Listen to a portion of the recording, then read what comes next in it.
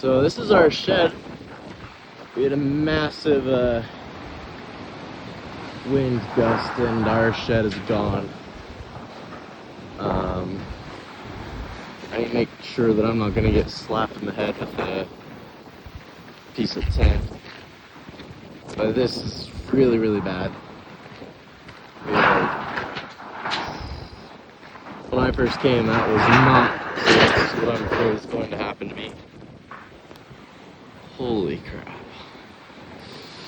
Oh man, this is not good at all. I can't even see anything. Oh.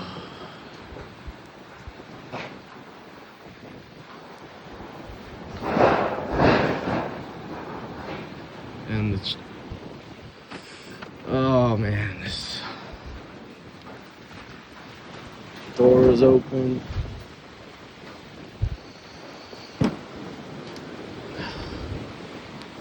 I don't even think this was left open. Oh, it's broken, I think. Yeah, the door got hit. Holy smokes. Okay, I need to get out of here.